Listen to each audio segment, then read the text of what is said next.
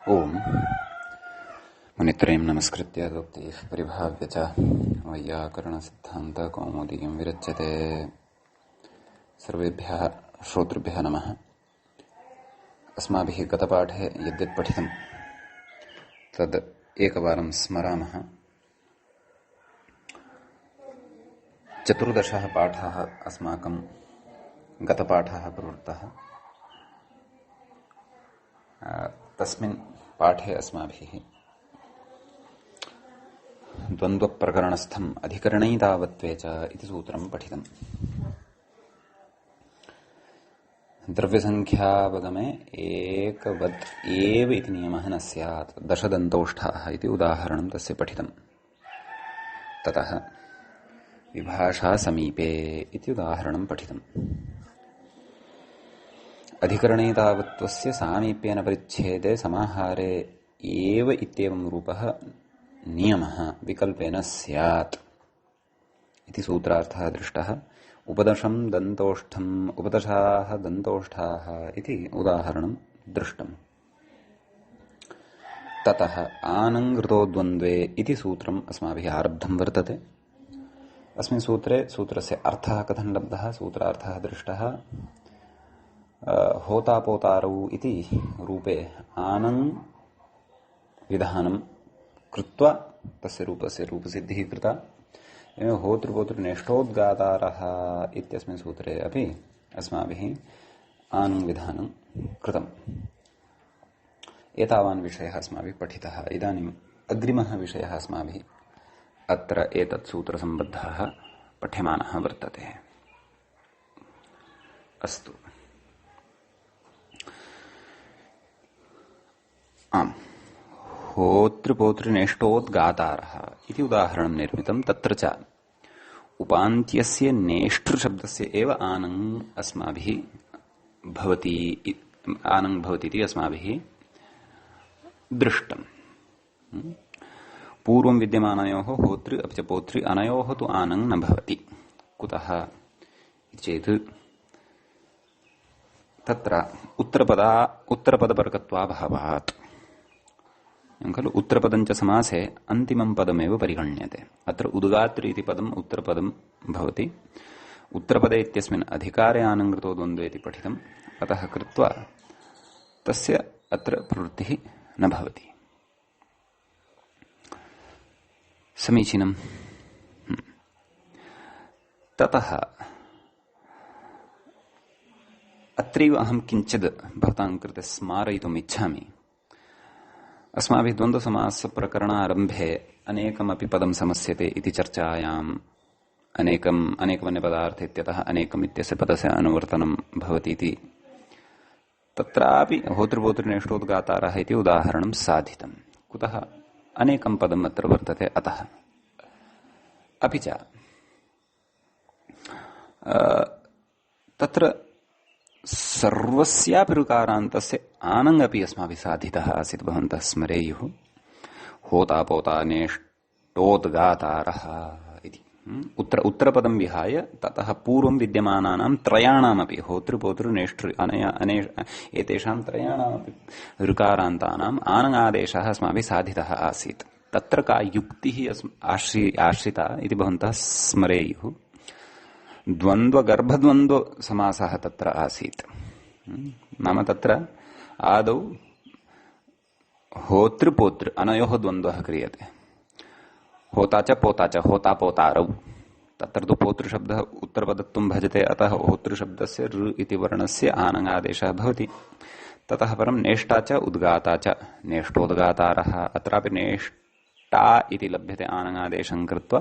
ततः गुणः भवति नेष्टोद्गातारः। ततः अनयोः द्वन्द्वसमासस्थपदयोः पुनः द्वन्द्वः क्रियते। यथा होतापोतारौ च नेष्ठोद्गातारौ च।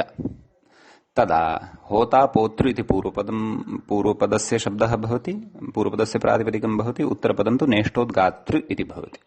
अतः नेष्टोद्गातृ इति उत्तरपदे होतापोतृ इति पूर्वपदस्य ऋकारस्य आनङादेशः भवति। अतः होतापोता नेष्टोद्गातारः इत्यपि प्रयोगः भवति। तर्हि द्वयोः द्वयोः द्वन्द्वं कृत्वा ततः परं पुनः द्वन्द्वसमासः कर्तव्यः इति विवक्षायाः अनुसारमेव भवति। यथा प्रयोक्ता तत्र कर्तुम् इच्छति तथा तद् भवति।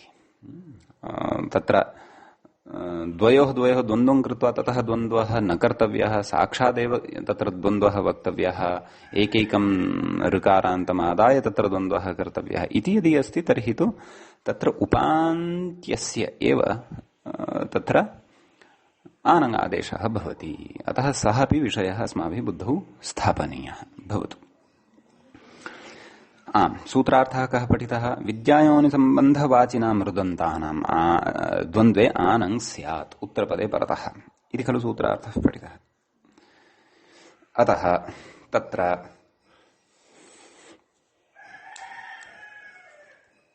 विद्या संबंधवाचकानां मृदन्तानाम् अस्माभिः उदाहरणद्वयं दृष्टम् एतावता। होतापोतारौ होतृपोतृनेष्टोद्गातारः अथवा होतापोतानेष्टोद्गातारः इति।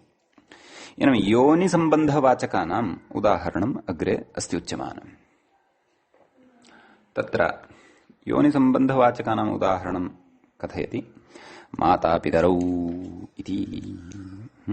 अतः तद्विचारादारभ्य अस्माभिः व्याख्या अपि अनुसर्तव्या। अधुना किं कथयति? अथ योनिसम्बन्धमुदाहरति इति।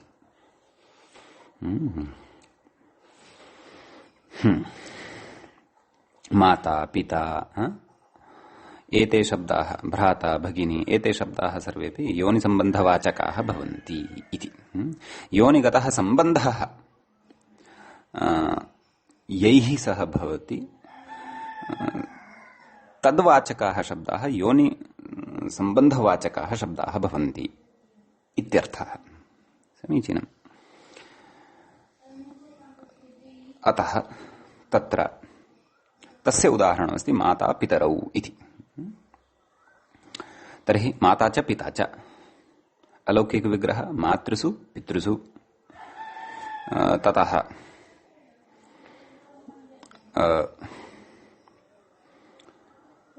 चार्थे द्वन्द्वः समासः प्रातिपदिकसंज्ञा सुबुलुक्।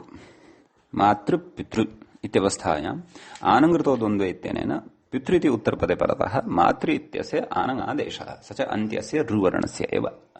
अतः मातान् पितृ न लोपः प्रातिपदिकान्तस्य माता पितृ। ततः द्विवचनस्था विभक्तिः औ इति आयाति। ऋकारस्य गुणः माता पितृ औ माता पितरौ इति रूपं सिद्ध्यति। समीचीनम्। ततः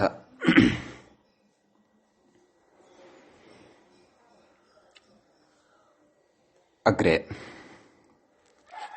कथयति तद् योनि सम्बन्धः योनिवाचकस्य यत्र एकमेव उदाहरणं दत्तम्, अन्यदपि उदाहरणं भवितुम् अर्हति। याताननान्दारौ इति। यातृशब्दः ननान्द्रशब्दः इत्येते शब्दाः अपि योनिसम्बन्धवाचकाः भवन्ति। वृत्तिकारेण सह तदुदाहरणं दत्तं भवतु। तत्र अग्रे कश्चन विचारः इदानीम् अस्ति उच्यमानः। अपि च सूत्रे तत्र ऋतः इति अनुवर्तमाने पुनः ऋतः इति ग्रहणं किमर्थं कृतम् इत्यपि अस्माभिः विचारः विस्तरेण अग्रे विचारयिष्यते। तत्र इदानीं कथम् अग्रिमे विचारे प्रवेशयन्नस्ति ग्रन्थकारः इति अस्ति द्रष्टव्यम्। भवतु। किं कथयति व्याख्याता? पितृपितामहाः इत्यादौ तु नानङ्। यथा पितरश्च पितामहाश्च अथवा पितृपितामहौ इति वा पिता च पितामहश्च इत्यपि द्विवचनान्ततया अपि तत्र विग्रहः प्रदर्शयितुं शक्यते। एकवचनान्ततया अपि विग्रहः प्रदर्शयितुं शक्यते, द्विवचनान्ततया अपि बहुवचनान्ततया अपि। द्विवचनान्ततया बहुवचनान्ततया च यदि विग्रहः प्रदर्शयते तर्हि तु पितृपितामहाः इत्येव लप्स्यते। एकवचनान्ततया यदि विग्रह प्रदर्श्यते तर्हि तु पितृपितामहौ इति लप्स्यते।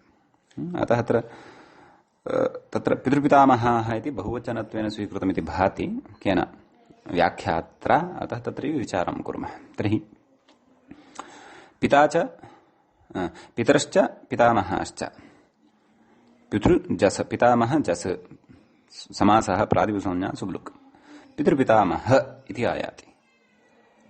तत्र पितृ इति शब्दस्य ऋ वर्णस्य आनङ् इति प्राप्नोति। कुतः? यतः उत्तरपदम् अस्ति परतः। तत् किं? पितामह इति उत्तरपदं वर्तते। अतः पितामह इति उत्तरपदे परतः आनङ् प्राप्तः, परन्तु किं कथयति? इत्यादौ तु नानङ्। अत्र तु अनङ् न भवति। नाम पितृशब्दस्य ऋकारान्तस्य अनङ् न भवति इति। समीचीनम्। पितामह इत्यत्र च पितृशब्दः नास्ति। तत्र तु पितामह इति अकारान्तः शब्दः वर्तते। पितामह इति पितृडामहच् डामहच् प्रत्ययः तत्र भवति पितृशब्दात्। तद् वयं तद्धितेषु पठिष्यामः। पितामह इति रूपशब्दस्य रूपसिद्धिं तद्धितेषु पठिष्यामः। पितृविमातुलमातामह पितामहाः इति सूत्रपठनसमये तज्ज्ञास्यते। भवतु नाम। अस्तु, तर्हि पितृपितामह इत्यत्र पूर्वपदस्य शब्दः वर्तते पितृ इति, उत्तरपदस्य शब्दः वर्तते पितामह इति। अतः तत्र पितृशब्दस्य यः ऋवर्णः अस्ति तस्य आनङ् आदेशः प्राप्नोति। कुतः? उत्तरपदपरगत्वम् अस्ति खलु। अतः परन्तु कथयति इत्यादौ तु नानङ्। अत्र अनङ् न भवति। पितापितामहाः इति अनङ् युक्तः प्रयोगः असाधुरेव। पितृपितामहाः इत्येव रूपं तत्र ऋ वर्णयुक्तः एव प्रयोगः तत्र साधुः। कुतः? का युक्तिः तत्र? कथं तस्य साधुत्वम् इति कथयति अग्रे। हृदन्तसर्वावयवकत्वादिति भावः इति। नाम एष आनङ् तदैव भवति यदि तद्द्वन्द्वघटित सर्वाणि पदानि, तद्द्वन्द्वघटितानि सर्वाणि अपि पदानि ऋकारान्तानि एव भवन्ति। नाम यस्य आनङ् विधातव्यः, यस्य शब्दस्य ऋवर्णस्य आनङ् विधातव्यः स तु ऋकारान्तः अपेक्षित एव। परन्तु तस्मात् परे उत्तरपदं यदपेक्षितं तदपि ऋकारान्तमेव अपेक्षितम् इति खलु अस्माभिः सिद्धान्तः ज्ञातः। कुतः चेत् तत्र ऋतः इति अतिरिक्त पाठवशात् ऋतो विद्या योनि सम्बन्धेभ्यः इत्यतः ऋतः अनुवर्त्यमानं वर्तते। तथापि अत्र ऋतः इति ग्रहणं कृतं। किमर्थं कृतम् इत्येतत् एतदर्थमेव कृतं। किमर्थं कृतं? तद् व्याख्यायाः पङ्क्तिं पश्यन्तु। पूर्वं मया उक्तमासीत्, अग्रे स्पष्टी भविष्यति। तत्र ऋदन्त सर्वावयवकानाम् इत्यर्थः इत्युक्तं। ऋत इत्यनुवर्तमाने पुनर ऋत इत्युक्तिः एतदर्थम् इति भावः। एतदर्थं नाम किम? एतदर्थः इति भावः। एतदर्थः नाम किमर्थः? ऋदन्त सर्वावयवकानाम् एव यदा स्थितिः भवति द्वन्द्वे, तदा एव तत्र उत्तरपदे परतः पूर्वपदस्य ऋवर्णस्य तत्र आनङ् इति आदेशः भवति। एवं खलु? अतः उत्तरपदमपि ऋकारान्तत्वमेव भजेत, तदैव अत्र आनङ् इति आदेशः। तर्हि प्रकृते पश्यन्तु। तर्हि सः सिद्धान्तः कथं ज्ञायते? अतिरिक्ततया ऋतः इति सूत्रे पाठसामर्थ्यात् ज्ञायते।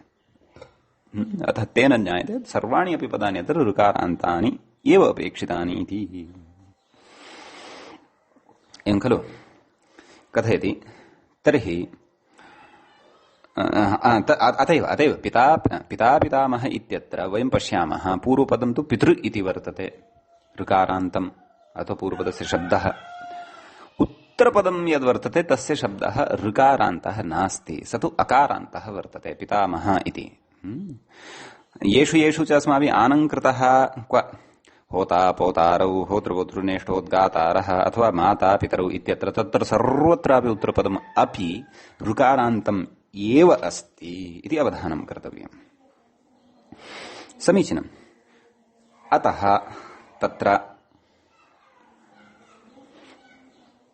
एवं रीत्या व्यवस्था ज्ञातव्या। अत्र उत्तरपदं पितामह इति यद् वर्तते तद् अकारान्तत्वं भजते, अतः कृत्वा अत्र पितृ इति शब्दस्य आणङ् इति आदेशः न भवति।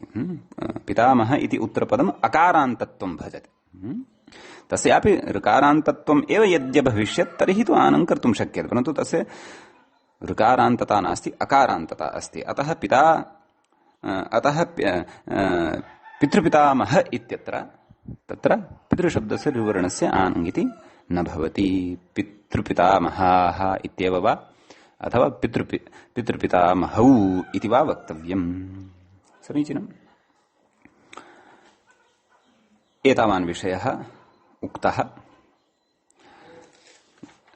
यद्यपि मूले एष विषयः नोक्तः, तथापि अग्रिमेण विचारेण अस्य विषयस्य सम्बन्धः अस्ति इति कृत्वा स्फुटतायै अयं विषयः अत्र अध्येतॄणाञ्च सौकर्याय व्याख्यात्रा प्रतिपादितः। कथयति तर्हि पितापुत्रौ इत्यत्र कथम् इत्यत आह। तर्हि प्रयोगः श्रूयते एकः, पितापुत्रौ, पिता च पुत्रश्च, पितापुत्रौ। अत्रापि पूर्वपदं तु अस्ति ऋकारान्तत्वम्। उत्तरपदं यद् वर्तते तत्तु वर्तते पुत्रः, तस्य विग्रहे पुत्र इति शब्दः स्वीक्रियते। तस्य तु ऋकारान्तत्वं नास्ति, तस्य तु अकारान्तत्वम् एव अस्ति। अतः तस्य अकारान्तत्वे सति कथं तत्र आणङ् विधीयते? किं तत्र नाम सर्वावयवकाः ऋदन्ताः एव अपेक्षिताः, सर्वेपि अवयवाः ऋदन्ताः एव अपेक्षिताः, उत्तरपदस्यापि ऋदन्तत्वमेव अपेक्षितम् इति एष सिद्धान्तः किं तत्र न प्रवर्तते वा इति चेत् सत्यं शङ्कितं भवता। परन्तु तत्र अस्ति काचित् विशिष्टा व्यवस्था, विशिष्टं किञ्चन अनुशासनं तच्छब्दाय पृथगेव अस्माभिः ज्ञातव्यम्। अतः असाधुप्रयोगः एषः इति तु न भ्रमणीयम्। कुतः? पितापुत्रौ इत्येव साधुप्रयोगः। तद् अग्रे कथयति। किं कथमित्यत आह, नाम पितापुत्रौ इति कथं सिद्ध्यति इति अग्रे कथयति। कथं सिद्ध्यति इति तत्र युक्तिम् आह। कुत्र? सूत्रे मूले पश्यन्तु। किं पुत्रेण्यतरस्याम्, मूले उक्तं खलु, पुत्रेण्यतरस्याम् इत्यतः मण्डूकप्लुत्या पुत्रे इत्यनुवृत्तेः पितापुत्रौ इति। समीचीनम्। तत्र अष्टाध्याय्याः सूत्रक्रमं यदि भवन्तः पश्यन्ति तर्हि तत्र सूत्राणि एवं सन्ति। पुत्रेण्यतरस्याम् ऋतो विद्यायोनिसम्बन्धेभ्यः विभाषा सुसृपत्योः आणङ् ऋतो द्वन्द्वे इति। तर्हि तत्र पुत्रेण्यतरस्याम् इति सूत्रे, अपि च आणङ् ऋतो द्वन्द्वे इति सूत्रयोः मध्ये सूत्रद्वयमस्ति। किं? ऋतो विद्यायोनिसम्बन्धेभ्यः, ततश्च विभाषा सुसृपत्योः। अतः ततः विद्यमानस्य पुत्रे इति पदं प्रकृते तत्र मण्डूकप्लुत्या अनुवर्तते। मण्डूकप्लुतिः अस्माभिः बहुधा चर्चिता अस्ति पूर्वं। किं कथयति व्याख्याता? पश्यन्तु। ऋतो विद्यायोनिसम्बन्धेभ्यः इत्यत्र विभाषा सुसृपत्योः इत्यत्र च मध्ये असम्बन्धादाः। विद्यायोनिसम्बन्धेभ्यः अपि च विभाषा सुसृपत्योः इत्यत्र मध्ये असम्बन्धः नास्ति। कस्य? पुत्रे इति शब्दस्य, पुत्रशब्दस्य। तर्हि मध्ये विद्यमानयोः द्वयोः सूत्रयोः पुत्रे इत्यस्य सम्बन्धाभावात् कथम् अत्र तस्य अनुवर्तनम्? यदि तत्तत् सूत्रं प्रति तस्य कश्चन सम्बन्धः भवति तर्हि तत्र तत्तत् सूत्रे तत्तत् पदम् अनुवृत्तितया आगच्छत् भवति। परन्तु प्रकृते तु मध्ये विद्यमानाभ्यां द्वाभ्यां सूत्राभ्यां पुत्रेण्यतरस्याम् इत्यत्र पठितेन पुत्रे इति पदेन यः कोऽपि सम्बन्धः एव नास्ति, तर्हि अत्र तस्य अनुवृत्तिः कथम् इति चेत् उक्तं। किं कथं? किमुक्तं? मण्डूकप्लुत्या, मण्डूकप्लुतिन्यायेन। क्वचित् अनुवृत्तयः मण्डूकवत् कूर्दनं कृत्वा मध्यस्थं भागम् अस्पृष्ट्वा च अग्रे आयान्ति। तत् अस्माभिः पूर्वं बहुत्र पठितं वर्तते। अतः तस्य अत्र अनुवृत्तिः भवति। अग्रे कथयति अनुवृत्तेरिति, अतः अत्र तस्य अनुवर्तनं भवति। तर्हि क्व अनुवर्तनं भवति? एतत् सूत्रं प्रति। तर्हि विद्यायोनिसम्बन्धवाचिनां ऋदन्तानां द्वन्द्वे आनङ् स्यात् उत्तरपदे परतः पुत्रे शब्दे च परतः इति आहत्य अस्माभिः सूत्रार्थः भवति ज्ञातव्यः। एवं किल? अतः पुत्रेति शब्दे परतः अपि तत्र आनङ् भवितुम् अर्हति। अत एव पिता पुत्रौ इति प्रयोगः सिद्ध्यति। परन्तु पुत्रशब्दविषये एव एषा विशिष्टा व्यवस्था अस्ति, कल्प्यते, न तु पितृपितामहाः इति। कुतः पितामहः इति शब्द परतः तत्र कथञ्चिदपि आनङः विधानं न दृश्यते, युक्तिः न दृश्यते भवतु, अथवा पितामह इत्यस्य अनुवृत्त्यादिकमपि न दृश्यते इति कथयति अग्रे। न च तातपुत्रौ इत्यत्रापि स्यादिति वाच्यम्। पुत्रेऽन्यतरस्यां पुत्रे इति अनुवर्तते। पुत्रे शब्दे परे तातपुत्रौ इत्यत्रापि पूर्वपदं यद्वर्तते किं तात अकारान्तं तस्यापि आनङ् स्यात्। तर्हि तातापुत्रौ इति प्रयोगः भवति इति न वाच्यं। कुतः? कथयति अग्रे। ऋदन्तस्य पुत्रे परे, नाम ऋकारान्तः यः शब्दः वर्तते तस्मात् अथवा तादृशं पदं यस्य शब्दः, यस्य प्रातिपदिकं ऋकारान्तं वर्तते तस्मात् परे, तस्मात् पुत्रशब्दे परे एव तत्र ऋकारान्तस्य आनङ् भवति। आनङ् स्यादिति वाक्यभेदेन व्याख्यानान्तरं, वाक्यभेदः नाम एवं रीत्या तत्र सूत्रार्थान्तरम् अस्माभिः कर्तव्यं भवति। एकः सूत्रार्थस्तु अत्र कृत एव। विद्यायोनिसम्बन्धवाचिभ्यां ऋदन्तानां द्वन्द्वे आनङ् स्यात् उत्तरपदे परतः। तर्हि अत्र विद्या पुत्रे इत्यस्य अनुवृत्ति स्वीकारद्वारा अन्यदपि अत्र एकं वाक्यं निर्मितं भवति सूत्रार्थे। नाम विद्यायोनिसम्बन्धवाचिनां ऋदन्तानां द्वन्द्वे आनङ् स्यात् पुत्रशब्दे परतः। अतः ऋकारान्तात् परे एव पुत्रशब्दः यदा भवति तदा एव तस्य आनङ्गादेशः ऋकारान्तस्य, यथा पिता पुत्रौ इत्यत्र। तातपुत्रौ इत्यत्र तु न भवति। कुतः? तातशब्दस्य ऋकारान्तत्वाभावात्। एवं खलु? अग्रे उच्यते।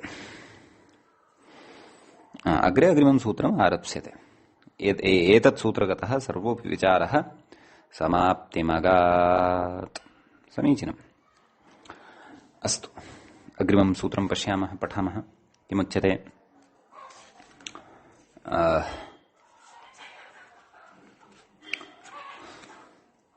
सूत्रमस्ति देवताद्वन्द्वे च। सूत्रे द्वे पदे स्तः। देवताद्वन्द्वे सप्तमी विभक्तेः एकवचनमस्ति। च इति अव्ययपदम् अस्ति। देवतानां द्वन्द्वः, देवताद्वन्द्वः, तस्मिन् देवताद्वन्द्वे इति सप्तमी विभक्तेः एकवचनं भवति। च इति अव्ययपदं भवति। समीचीनम्। तत्र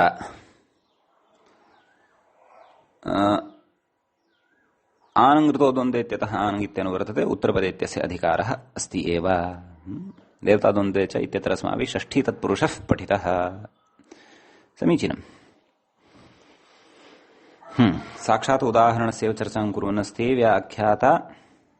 वयं तावत् सूत्रार्थम् एकवारं दृष्ट्वा आगच्छामः मूले किमपि उक्तं वा न वा इति। किं कथयति? इहोत्तरपदे परे आनङ् इति। नाम अत्र देवताद्वन्द्वे नाम देवतावाचकानां शब्दानां यदा मिथः द्वन्द्वः क्रियते तदा उत्तरपदे परतः आनङ् इति आदेशः भवति। नाम उत्तरपदे परतः पूर्वं यद्देवतावाचकं पदं वर्तते तस्य शब्दस्य आनङ् आदेशः भवति। तच्च अन्त्यस्य एव अलः भवति। उदाहरणे स्पष्टीभविष्यति विषयः। उदाहरणं दीयते। मित्रावरुणम् इति। तत्र कथं विग्रहः? मित्रश्च वरुणश्च। मित्रशब्दः सूर्यदेवस्य अर्थे खलु उपयुज्यते इति वयं जानीमः। अतः मित्रश्च वरुणश्च इति विग्रहः कर्तव्यः। समासः प्रातिपदिकसंज्ञासु लुक् मित्रवरुण इति आयाति।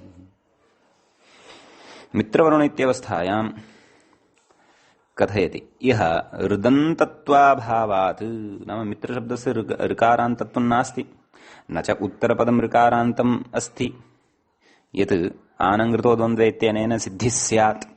अतः आनङ्कृतो द्वन्द्वे इत्यस्य अत्र अवसरः नास्ति। कुतः? निमित्तानाम् अभावात्। अतः कथयति ऋदन्तत्वाभावात् पूर्वेण अप्राप्ते विधिरयम्, आनङ्कृतो द्वन्द्वे इत्यनेन अप्राप्ते अयं विधिः उच्यते।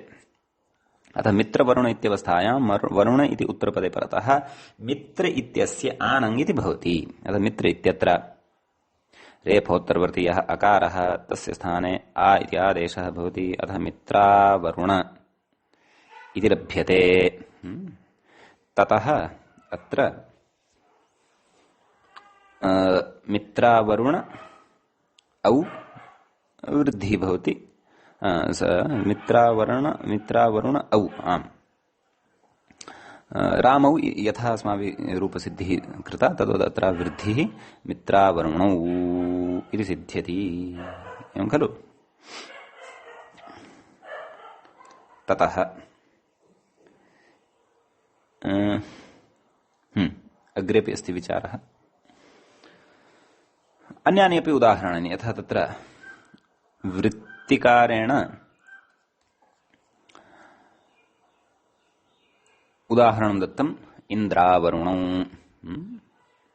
मित्रावरुणौ इत्यपि उदाहरणं युज्यते। तत् मित्रः इति सूर्यवाचकः सूर्यदेवस्य वाचकः शब्दः। इन्द्रावरुणौ ऋग्वेदे व्यवहृतम्।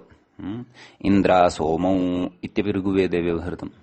इन्द्राबृहस्पती इत्यपि ऋग्वेदे व्यवहृतम्। इन्द्रावरुणौ इति षष्ठे मण्डले व्यवहृतम् ऋग्वेदे।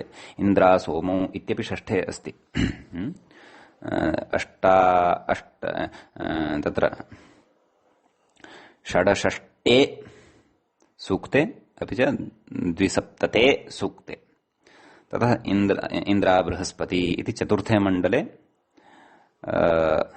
नवषष्टे सूक्ते अयमपि प्रयोगः लभ्यते। वृत्तिकारेण तानि उदाहरणानि दत्तानि। अत्र एकमेव उदाहरणं दत्तम्। अन्यानि उदाहरणानि यथा यथा लभ्यन्ते देवतावाचकाः शब्दाः तेषाम् अस्माभिः द्वन्द्वे तानि उदाहरणानि दृष्ट्वा तत्र आनङः व्यवस्था ज्ञातव्या। समीचीनम्। इदानीम् अग्रे वार्तिकं पठ्यते। वायुशब्दप्रयोगे प्रतिषेधः इति। नाम देवताद्वन्द्वे यदि वायु इति उकारान्तस्य देवतावाचकस्य शब्दस्य प्रयोगः कृतः वर्तते तदा एष प्रतिषेधः वक्तव्यः। कः? आनङः प्रतिषेधः वक्तव्यः। यतः तत्र आनङ् नापेक्षितम्। किं कथयति? वार्तिकस्य अर्थं कथयति कः व्याख्याता? पश्यन्तु। वायुशब्दस्य पूर्वपदत्वेन उत्तरपदत्वेन वा प्रयोगे, वायुशब्दस्य पूर्वपदत्वेन उत्तरपदत्वेन वा प्रयोगे सति, नाम सः वार्तिकेन एवं नोक्तं यत् सः वायुशब्दः पूर्वं भवतु वा अनन्तरं भवतु वा न। वार्तिकेन एवम् उक्तं तस्य वायुशब्दस्य प्रयोगः यदा देवताद्वन्द्वे सति भवति, तस्य प्रयोगः पूर्वपदत्वेन वा उत्तरपदत्वेन वा कथञ्चिदपि वा भवतु, तत्र तस्य आनङ् न भवति इत्येव उक्तम्।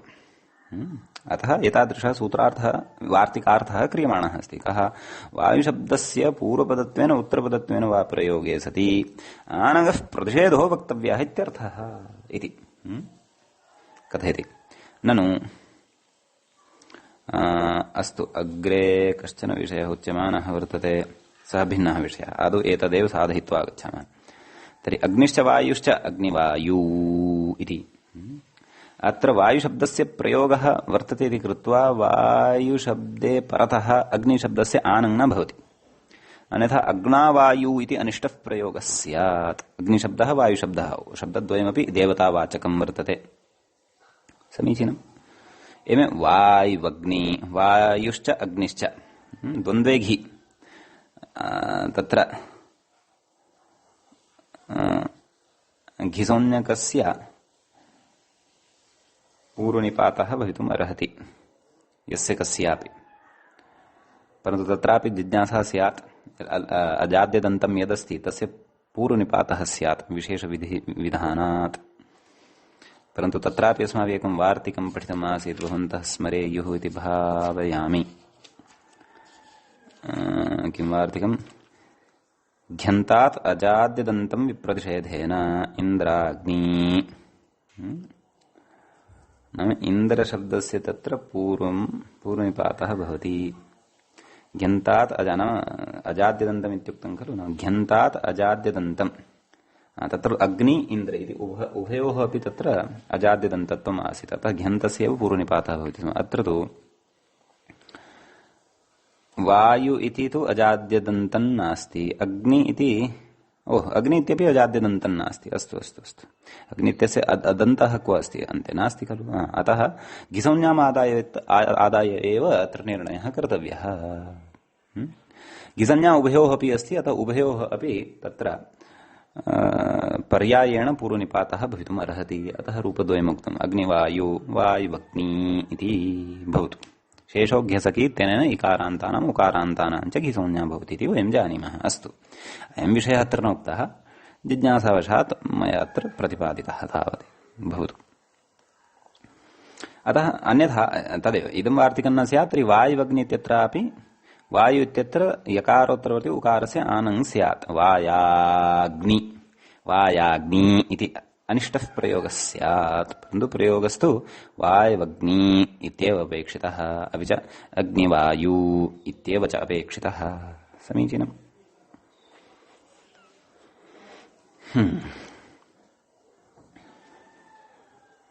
अग्रे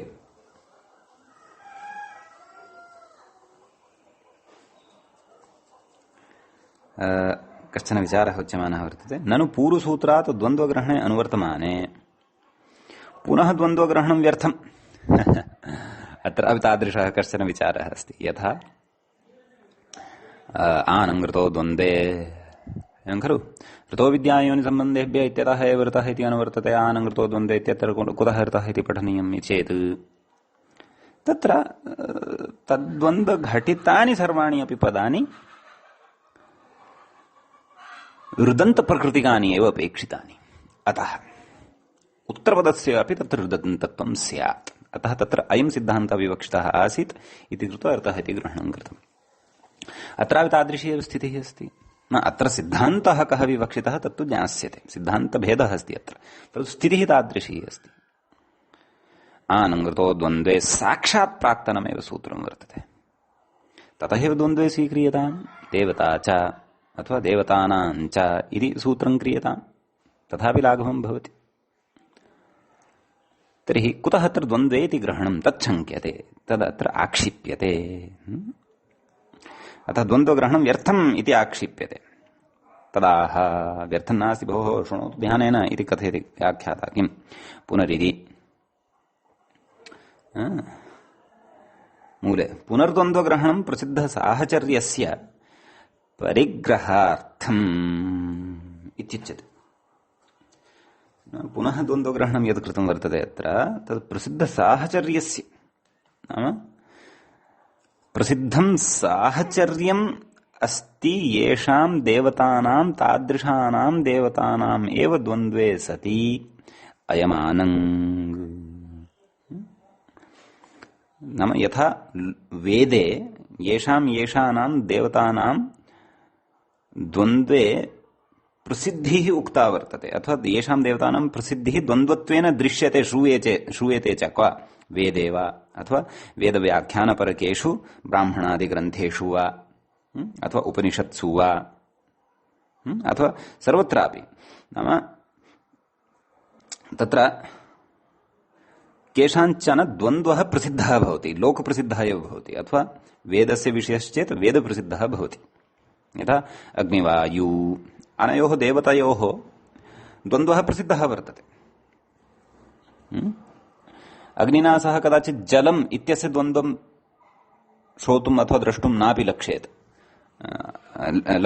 अथवा लक्ष्यते चेदपि तत्सः तथा प्रसिद्धः न भवति सः प्रयोगः। यथा मित्रावरुणौ इति पर्याप्तः प्रयोगः वर्तते। अनयोः पर्याप्तं साहचर्यं, प्रसिद्धं साहचर्यं दृश्यते, एवं खलु। अतः प्रकृते द्वन्द्वग्रहणेन किं ज्ञाप्यते नाम प्रसिद्धसाहचर्यस्य परिग्रहार्थं, नाम तादृशयोः एव देवतयोः तत्र ग्रहणम् अत्र आणङः विषये स्वीकर्तव्यं।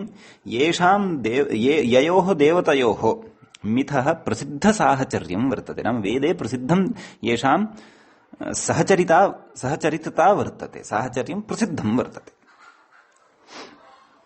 एवं खलु। कथयति व्याख्यातारं पश्यन्तु।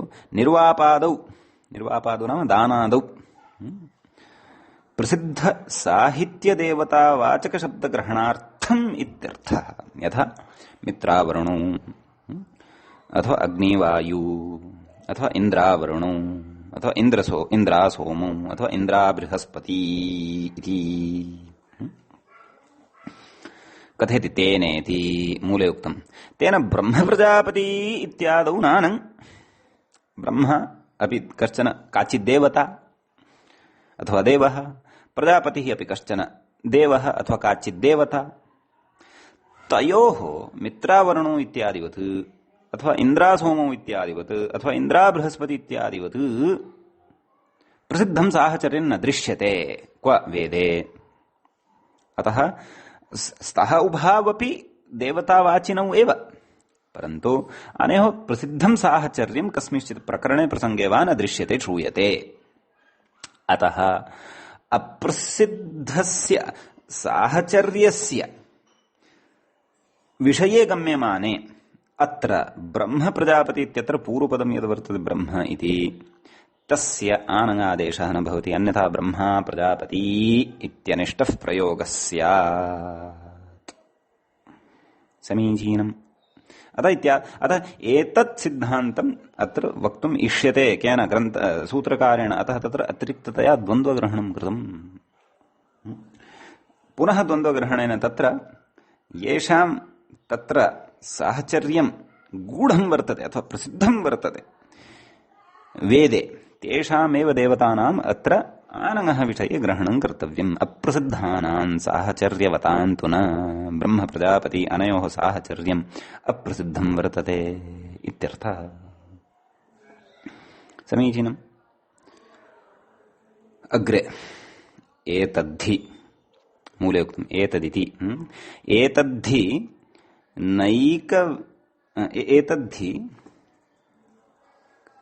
नैक हविर्भागित्वेन श्रुतम्। नाम ब्रह्म प्रजापति इति यद् वर्तते अयं प्रयोगः एक हविर्भागत्वेन न श्रुतम्। नाम अन्ये ये देवताः वर्तन्ते के इन्द्रावरुणौ इन्द्रासोमौ इन्द्रा बृहस्पति, अनयोः एक हविर्भागित्वं श्रूयते वेदे। नाम हविः पदार्थः यः वर्तते चरुः इत्यादिः यः पदार्थः, तस्य भागित्वं येषां देवतानाम् उक्तम्।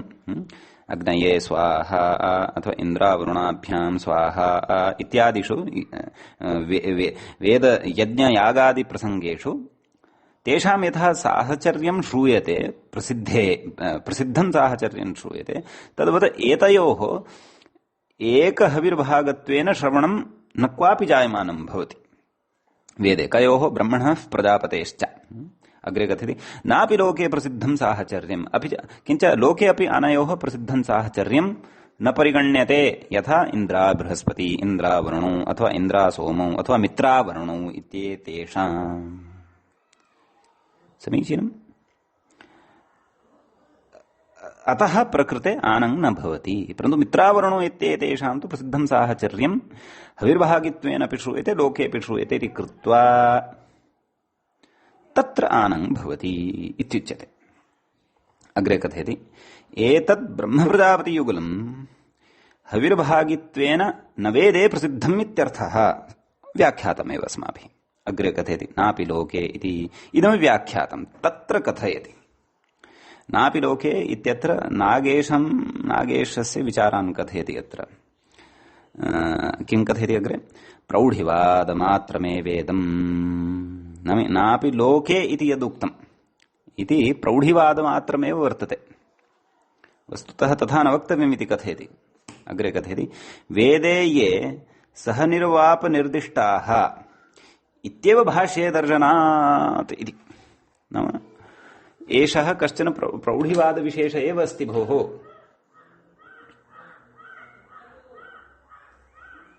खलु किं नापि लोके इति यदुच्यमानं वर्तते इदं प्रौढिवादमात्रमेव वर्तते। नाम प्रौढानां कश्चन मिथः जायमानः वादविशेष एव एषः वर्तते। कुतः यत् भाष्ये तादृशी चर्चा नास्ति। भाष्ये किमुक्तं भाष्ये तावदेव उक्तं वेदे ये सहनिर्वापनिर्दिष्टाः सहनिर्वापनिर्दिष्टा नाम तदेव एक हविर्भागित्वेन ये श्रुताः। निर्वापः नाम दानादिकं यज्ञे अग्नौ हविः पदार्थस्य दानादिकं तद् निर्वापशब्देन उच्यते। अथवा निर्वापशब्दस्य सः अर्थः। वेदे ये सहनिर्वापनिर्दिष्टाः इत्येव भाष्ये दर्शनात् भाष्ये इत्येव उक्तम् अस्ति। लोकप्रसिद्धसाहचर्यग्रहणे नाम लोकप्रसिद्धसाहचर्यम् अपि यदि अत्र चर्च्यते अत्र दीक्षितस्य खण्डनमस्ति इति भाति। एकक्षणं शेखरं पश्यन्नस्मि। स्थीयताम्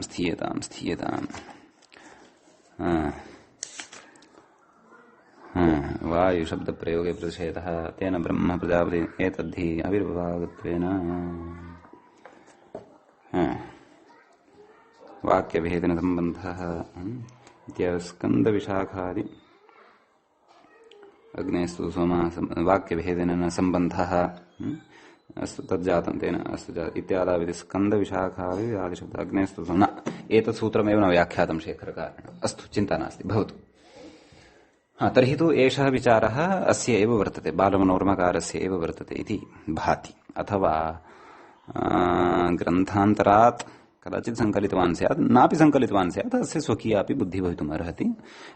तथा न वक्तव्यं स्वकीया बुद्धिः तु अस्ति एव। एषः तथा उपकारिणीं व्याख्यां लिखितवान् इत्यत्र नास्ति संशयः। तथापि शेखरस्थान् पङ्क्तिं यथावत् लिखति खलु अतः तत्र मया संशयवशात् उक्तं। तथापि शेखरः एकवारं दृष्टः अधुना क्लियर् जातः। तत्र अयं विषयः नास्ति। कथयति नाम प्रौढिवादमात्रमेव इति। किम् नापि लोकप्रसिद्धं साहचर्यम् इति। लोके तथा तादृशं साहचर्यं नास्ति इति। किं कथयति कुतः वेदे ये सहनिर्वापनिर्दिष्टाः इत्येव भाष्ये दृश्यते। अतः लोके अयं प्रसङ्गः नान्तर्भवति इति तत्र एतस्य अभिप्रायः वर्तते कथयितुः। तत्र कारणमपि दर्शयति अग्रे। किं प्रबलं पुष्टं च कारणं दर्शयति। पश्यतु किं लोकप्रसिद्धः साहचर्यग्रहणे नाम लोकगतप्रसिद्धं साहचर्यमपि यदि यत्र गृहीतं तर्हि पार्वतीपरमेश्वरौ इत्यादौ अतिप्रसङ्गात्। दीक्षितेन यदुक्तं नापि लोके प्रसिद्धं साहचर्यं नाम तत्र वैदिकानां देवतानां विषये तत्र लोके अपि प्रसिद्धसाहचर्यस्य असाहचर्यस्य विषये यद् वदन्नस्ति तथा चेत् सः सिद्धान्तः वस्तुतः सम्यक् नास्ति इति एतेन उच्यमानं वर्तते। कुतः सम्यक् नास्ति चेत् तत्र लोके पार्वतीपरमेश्वरौ इत्यपि प्रयोगः खलु उच्यमानः वर्तते।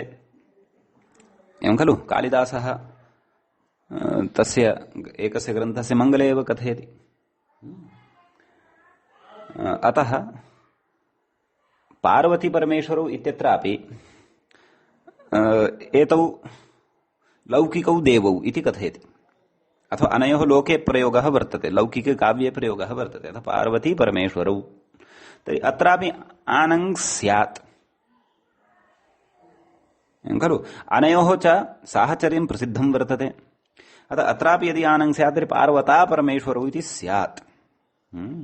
अतः लोकप्रसिद्धसाहचर्यग्रहणे पार्वतीपरमेश्वरौ इत्यादौ अतिप्रसङ्गात् नाम अत्रापि अतिप्रसङ्गः अतिव्याप्तिः स्यात् अतिप्रसङ्गः स्यात्। अतः लोके प्रसिद्धं नापि लोके प्रसिद्धं साहचर्यम् इति प्रौढिवादमात्रम् एव यद् उच्यमानं वर्तते सः वस्तुतः असिद्धान्तः एव अपभ्रंशसिद्धान्त एव इति कथयति।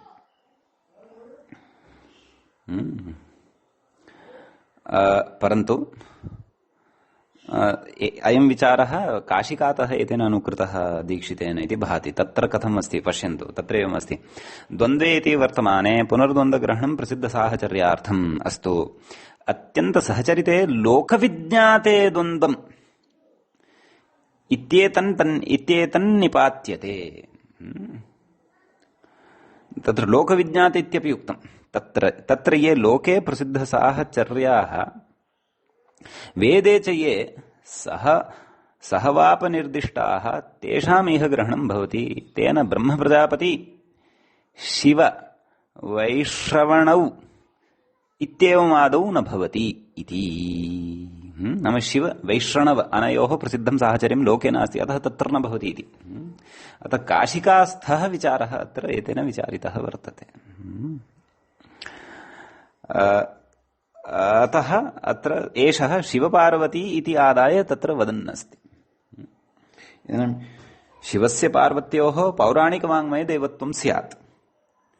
काशिकाकारः पौराणिकीं बुद्धिम् आवहति वा अथवा पार्वतीं, नाम पुराणोक्तं शिवं पार्वतीम् अपि सः देवं मनुते वा न वा इति तस्य तत्र दृष्टिः स्यात् वा न वा इति वयं न जानीमः। अतः काशिकायां सः विचारः उक्तः। काशिकास्थः विचारः एतेन अत्र अनुकृतः वर्तते। केन? दीक्षितेन।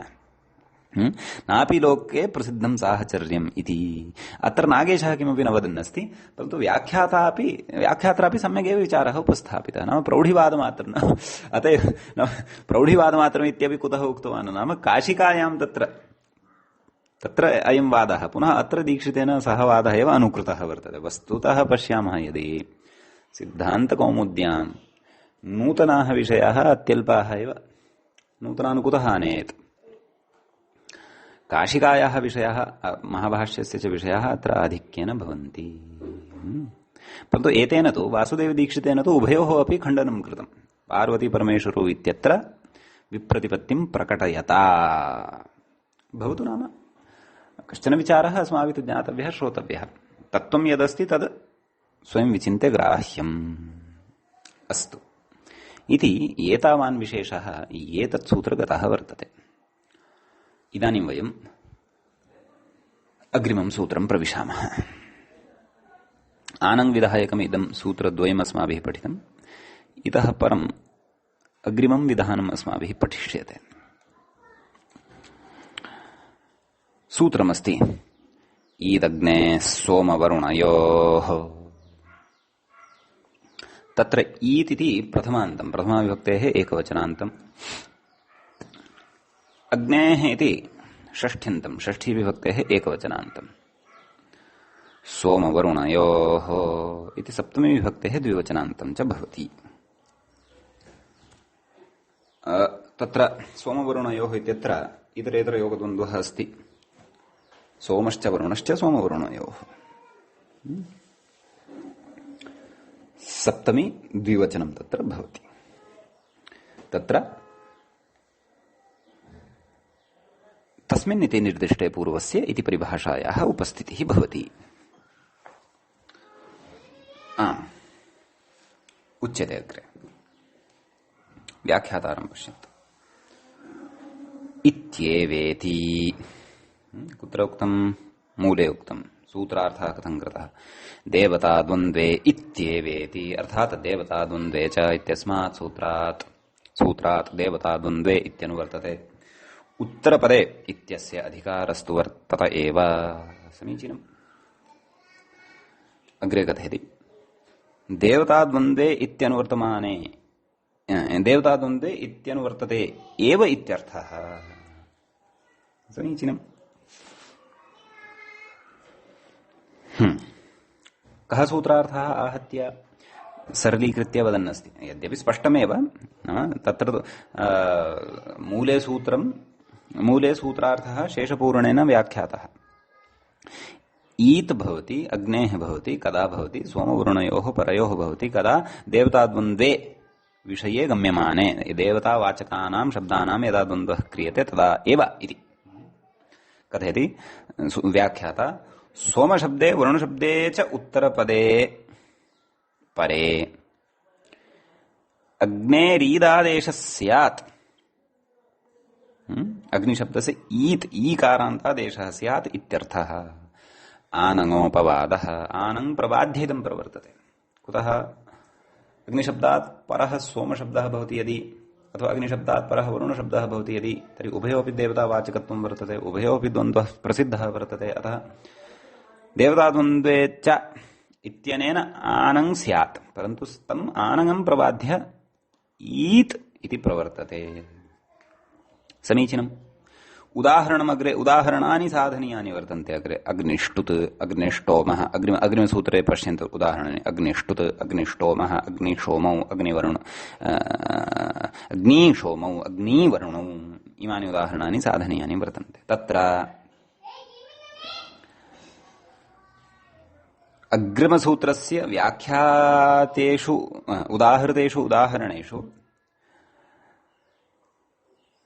तत्र द्वाभ्यामेव उदाहरणाभ्यां सह सम्बन्धः वर्तते ईदग्नेः सोमवरुणयोः इत्यस्य काभ्याम् अन्तिमम् उपान्तिमं च यत् अग्रे उदाहरणं दत्तं किम् अग्निशोमौ अग्निवरुणौ इति अन्यत् यद् उदाहरणद्वयं वर्तते तस्य सम्बन्धः एतेन नास्ति परन्तु प्रसङ्गवशात् तदुदाहरणद्वयम् अपि तत्र प्रतिपाद्यमानं वर्तते उच्यमानं वर्तते अस्तु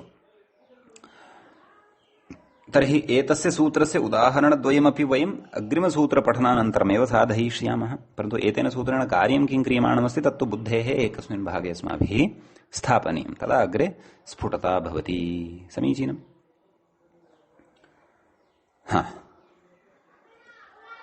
तत्र कथयति अग्रे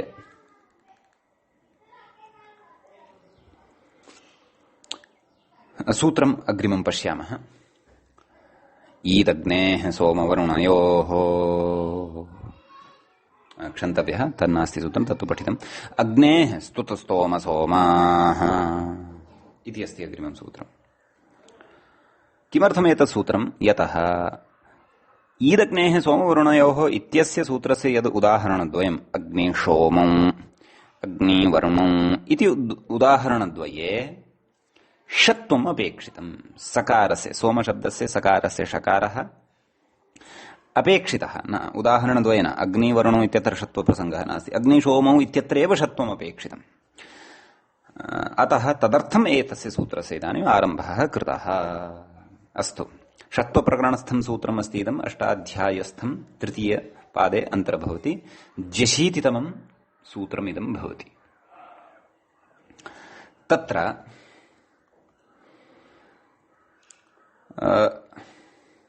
पदच्छेदः द्रष्टव्यः अग्नेः इति पञ्चमी विभक्तेः एकवचनं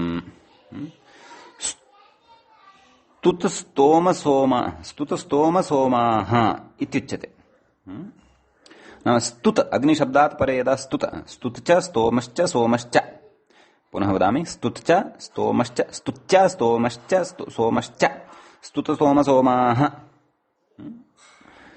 नाम अग्निशब्दात् परतः अस्य सूत्रार्थः उच्यमानः अस्ति मूले तस्य स्पष्टता करिष्यते ततः पूर्वं व्याख्याता किं कथयन्नस्ति इति द्रष्टव्यम् सूत्रार्थाय अपेक्षिताः विषयाः आदौ श्रोतव्यः अनुवृत्त्यादयः अथवा पदच्छेदादयः पदच्छेदस्तु क्रियमाणः एव वर्तते किं कथयति स्तुतस्तोमसोम इति द्वन्द्वात् षष्ठ्यर्थे प्रथमा व्यत्ययेन सा प्रथमा स्तुतस्तोमसोमः इत्यत्र षष्ठ्यर्थे प्रथमा वर्तते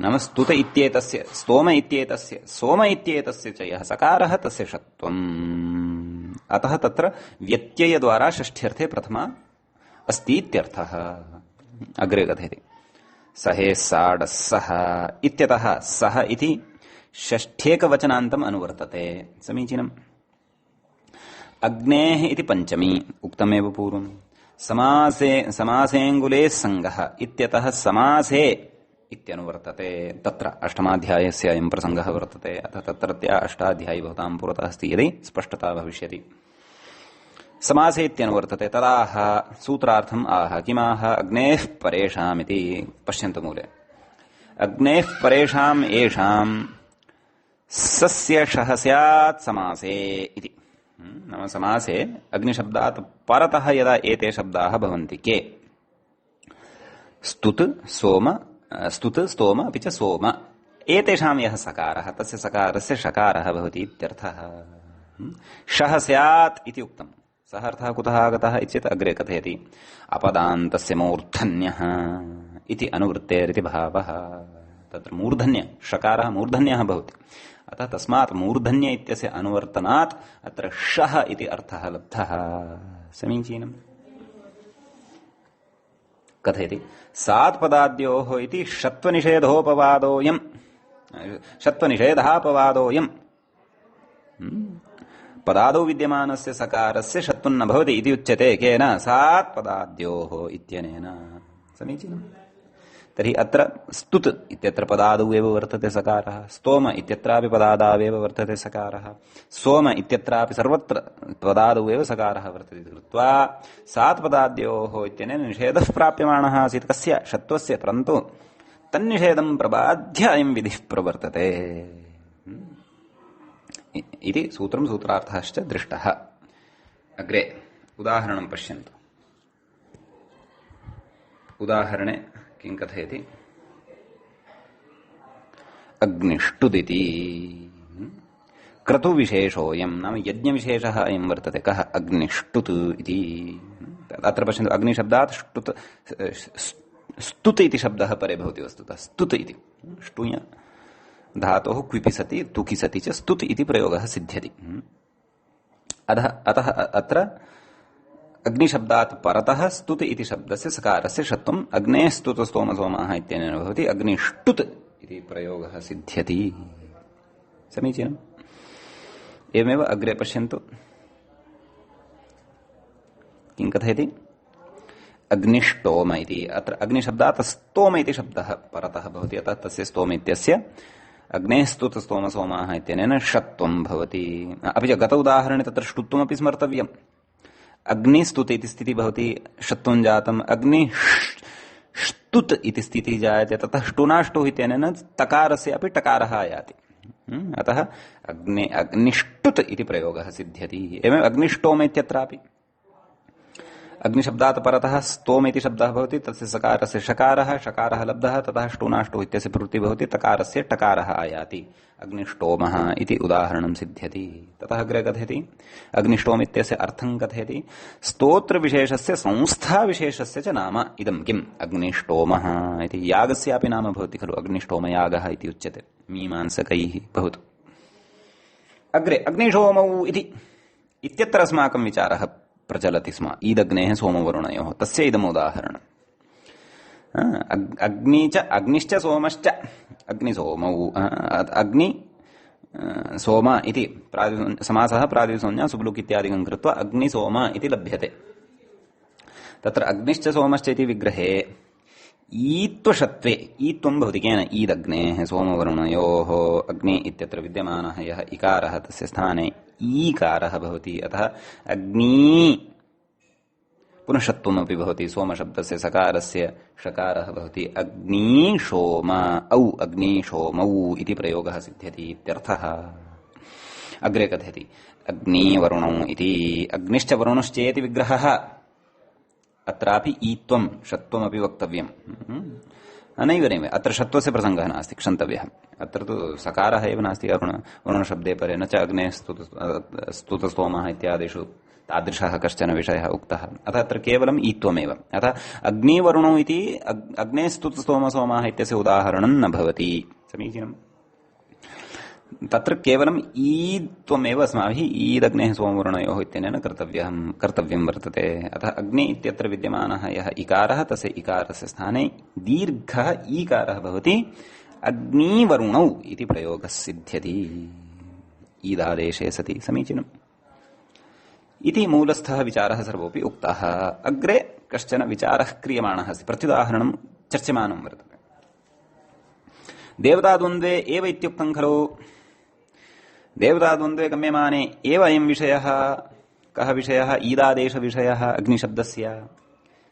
अग्निशब्दे विद्यमानस्य इकारस्य इचेत् देवताद्वन्द्वे इति नोच्येत यदि, तर्हि का पत्तिः? तदुच्यमानं वर्तते। कथयति अग्निर्नाम कश्चित्, सोमो नाम कश्चित्, अग्निसोमौ। अदेवताद्वन्द्ववादित्वं एकक्षणं किमुक्तम् अदेवता द्वन्द्वात् ईत्वन्न तत्र किञ्चित् मात्रा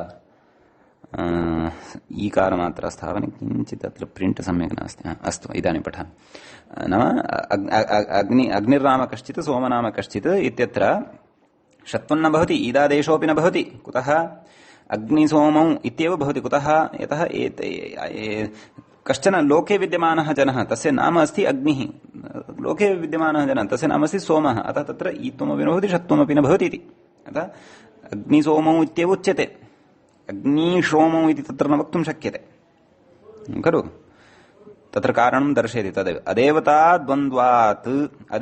द्वन्द्वत्वात् ईत्वन्न भवति इति अतएव च न षत्वम् अतएव प्रकृते षत्वं न भवति समीचीनम् कथयति अग्नेर्दीर्घात् सोमस्य इष्यते इति वार्तिकात् नाम षत्वमपि न भवति अत्र अस्तु ईत्वं न भवति सत्यं परन्तु षत्वप्रसङ्गे तु तत्र देवता विषयः नास्ति खलु अग्नेस्तुत सोमसोमाः इत्यत्र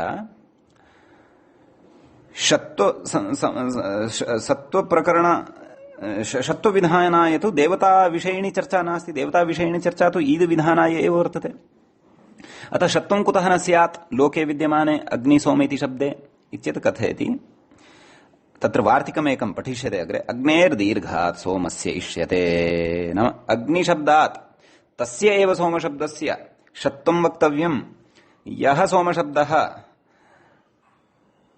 दीर्घान्तात् अग्निशब्दात् परतः भवति प्रकृते अग्निसोमो इत्यत्र ईदादेश एव न जातः तर्हि अग्निशब्दस्य दीर्घ ईकारान्तत्वमपि न लभ्यते अतः वार्तिकबलात् तत्र षत्वमपि न भवति इति एतावान् विषयः एतत् सूत्रगतः वर्तते अतः एतं विषयं वयं बुद्धौ स्थापयामः एतावता अस्माकं 15 पाठः द्वन्द्वप्रकरणस्य समाप्तिं गच्छति अत्रैव पाठोपसंहारः क्रियते अग्रे वयम् अग्रिमं सूत्रमादाय 16 पाठे उपस्थिताः भविष्यामः मङ्गलमनित्रैः नमस्कृत्य उक्तिः परिभाव्य च वैयाकरणसिद्धान्तकौमुदीयं विरच्यते सर्वेभ्यः श्रोतृभ्यः नमः।